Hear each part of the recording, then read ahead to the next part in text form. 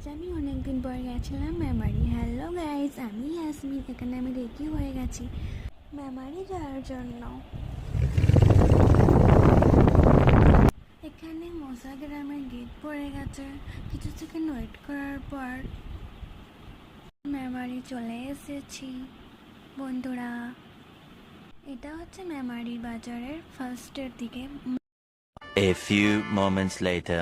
আমার ফাস্ট ফুডের মধ্যে সবথেকে পছন্দের খাবার মোমো। প্রতিবার এখানেই মোমো খেতে আসি। একটু মোমোর ভিডিও না নিলে হয়।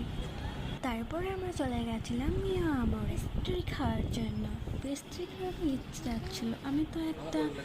আমি তো ভাবছিলাম এখানে কি নেবো, তো আমি তারপর একটা চকো ক্রাঞ্চ নিয়ে নিয়েছিলাম, আর ওর পছন্দের একটা কিছু নিয়েছিল। এবং আমরা বাড়ির জন্য কিছু নিয়ে নিই পেস্ট্রি।